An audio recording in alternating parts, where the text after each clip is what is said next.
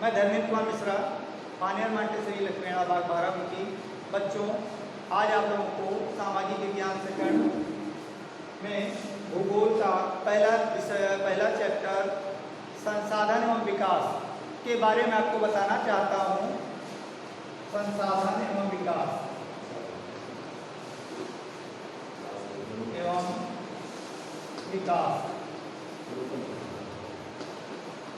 पहली चीज में आता है कि संसाधन किसे कहते हैं। संसाधन का अर्थ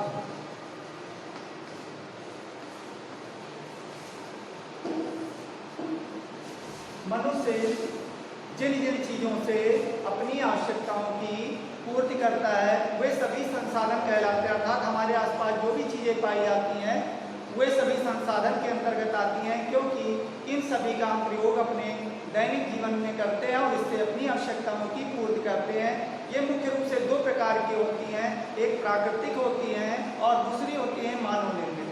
प्राकृतिक के अंतर्गत मुख्य रूप से भूमि, जल, खनिज, पेड़ पौधे आदि ये सभी प्राकृतिक संसाधन के अंतर्गत आते हैं।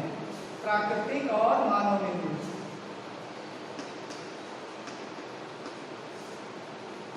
और मानव निर्मित।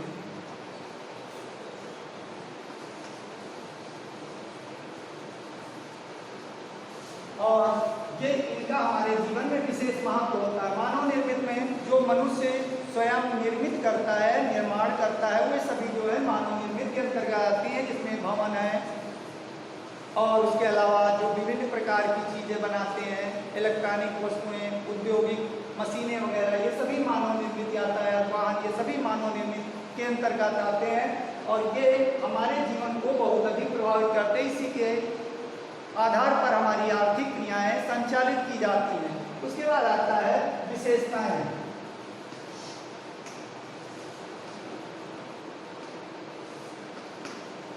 संसाधन की पहली विशेषता यह होती है कि इनमें निष्क्रियता पाई जाती है। निष्क्रियता अर्थात अधिकतर संसाधन ऐसे होते हैं जो निष्क्रिय होते हैं, स्वतः उत्पादन नहीं करते। जब तक मनुष्य इनका प्रयोग नहीं करता है वह उपयोगी नहीं हो सकते हैं। जैसे भूमि है, जल है, पवन है आदि, यही सभी निष्क्रिय संसाधन होते हैं। दूसरा क्या होता है, दो प्रकार के होते हैं, एक संपूर्ति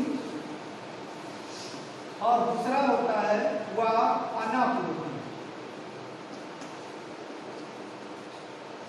संपूर्ति और अनापूर्ति।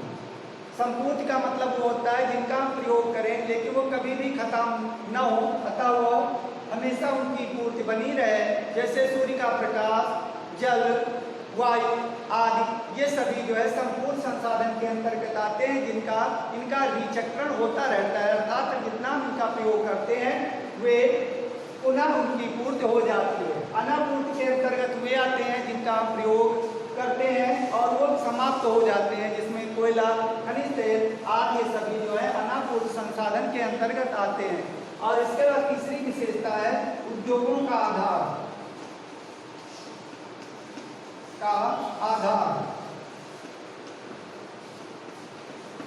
अर्थात विभिन्न प्रकार के जो उद्योग हैं वो मुख्य रूप से इन्हीं के आधार पर निर्भर करते हैं। और उसके बाद आता है आर्थिक विकास।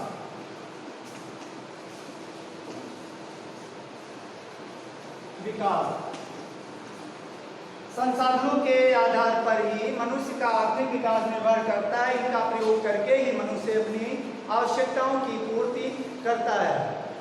और उसके बाद आता है संसाधनों का वर्गीकरण। संसाधनों का वर्गीकरण, प्रकार।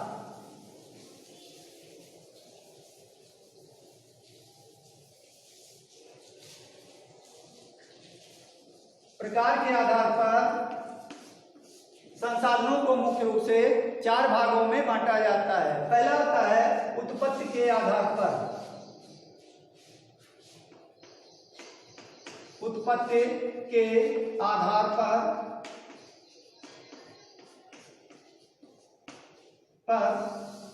इसमें दो प्रकार के होते हैं।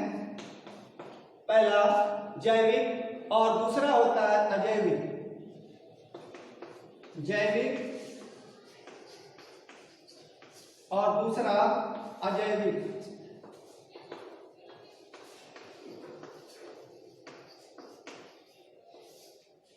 जैविक संसाधन वे संसाधन होते हैं जिनमें जीवन पाया जाता है, अर्थात इसमें पेड़ पौधे, मानव तथा अन्य सभी चीजें आती हैं, और ये जैविक संसाधन होते हैं जिनका प्रयोग मनुष्य विभिन्न कार्यों में करता है।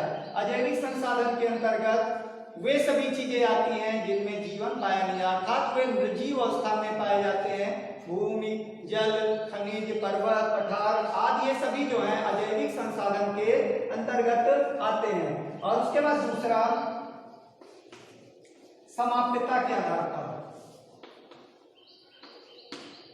समाप्यता के आधार पर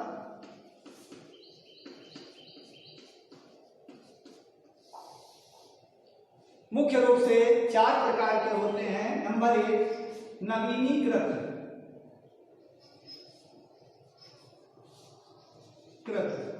संसाधन, अर्थात नवीनीकृत संसाधन वे संसाधन होते हैं जिनका हम प्रयोग करते हैं लेकिन उनकी पूर्ति निरंतर होती रहती है, जिसमें सौर ऊर्जा, पवन ऊर्जा, जल आदि ये सभी नवीनीकृत संसाधन के अंतर्गत आते हैं। उसके बाद दूसरा आता है सतत संसाधन। सतत संसाधन, इसके अंतर्गत वे संसाधन आते हैं जिनमें निरंतरता बनी रहती है, जैसे पवन, जल आदि सतत संसाधन है जिनका प्रवाहमान रहते हैं और ये निरंतर चलते रहते हैं। सौर विकिरण आदि सतत संसाधन के अंतर्गत आते हैं मुख्य रूप से। उसके बाद आता है जैविकीय संसाधन। तीसरा है जैविकीय संसाधन।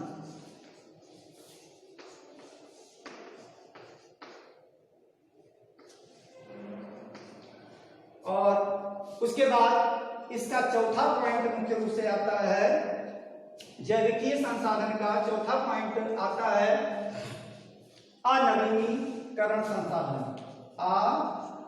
अनवीकरणीय संसाधन, विकरणीय संसाधन। अनवीकरणीय संसाधन वे संसाधन हैं जो अपना संपूर्ण कार्य एक ही बार में कर पाते हैं, और इसमें 2 प्रकार के होते हैं। एक होता है चक्रीय और दूसरा होता है अचक्रीय।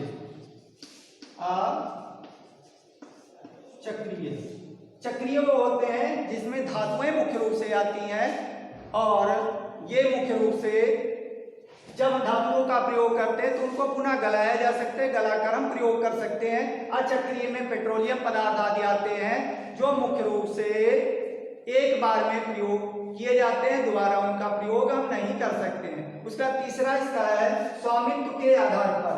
तीसरा पॉइंट है स्वामित्व के आधार पर,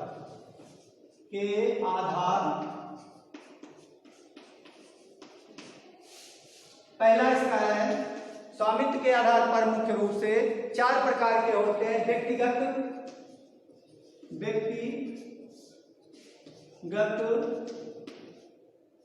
संसाधन, और दूसरा होता है सामुदायिक संसाधन,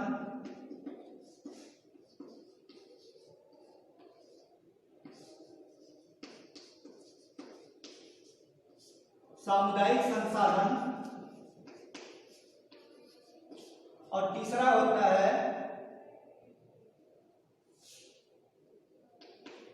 संसाधन। तीसरा होता है मुख्य रूप से राष्ट्रीय, और चौथा अंतरराष्ट्रीय। राष्ट्रीय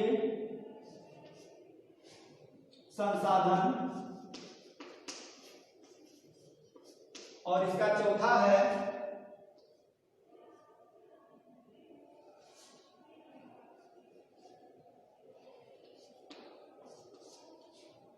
अंतरराष्ट्रीय।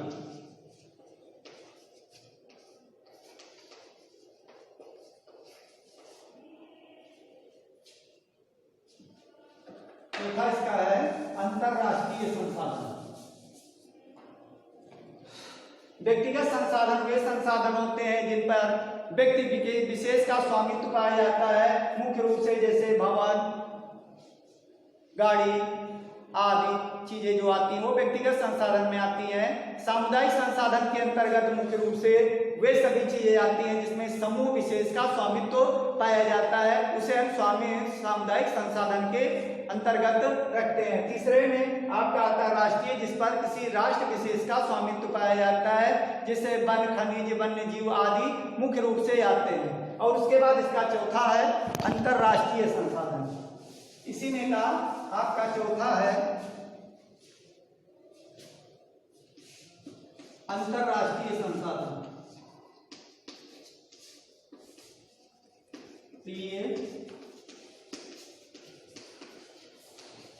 अंतरराष्ट्रीय संसाधन जिन पर किसी देश विशेष का स्वामित्व पाया जाता है, मुख्य रूप से इसे हम अंतरराष्ट्रीय संसाधन की श्रेणी में रखते हैं, जिसमें समुद्री तटरेखा या सागरों की स्थिति आदि आती है, इसे हम अंतरराष्ट्रीय संसाधन के अंतर्गत रखते हैं। उसके बाद विकास के स्तर के आधार पर चौथा पॉइंट आपका है विकास के स्तर के आधार पर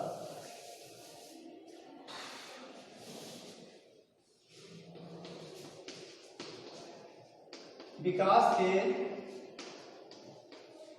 स्तर के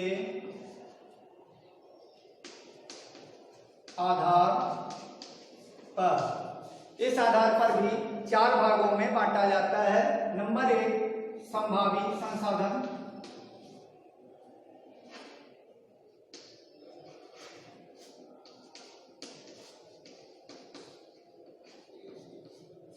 वे संसाधन संभावी संसाधन के अंतर्गत वे संसाधन आते हैं जिनके किसी देश या प्रदेश में होने की संभावना मुख्य रूप से पाई जाती है, उसे हम संभावी संसाधन के अंतर्गत रखते हैं। जैसे राजस्थान में मुख्य रूप से सौर ऊर्जा के विकास की पर्याप्त संभावना पाई जाती है। दूसरा है विकसित संसाधन। विकसित संसाधन, विकसित संसाधन वे संसाधन होते हैं जिनका किसी देश में विकास हो चुका होता है, उसे विकसित संसाधन के अंतर्गत मुख्य रूप से रखते हैं। और तीसरा होता है भंडार।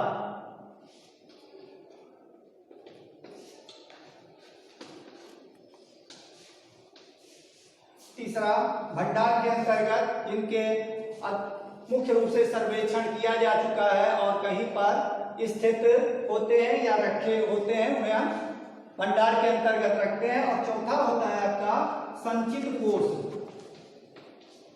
संचित कोष, इसके अंतर्गत उन संसाधनों को मुख्य रूप से हम रखते हैं जो मुख्य रूप से किसी स्थान पर सुरक्षित रखे होते हैं, उन्हें हम संचित कोष के अंतर्गत रखते हैं। और इस प्रकार आपका ये प्रकार या वर्गीकरण समाप्त हो गया। और थैंक यू।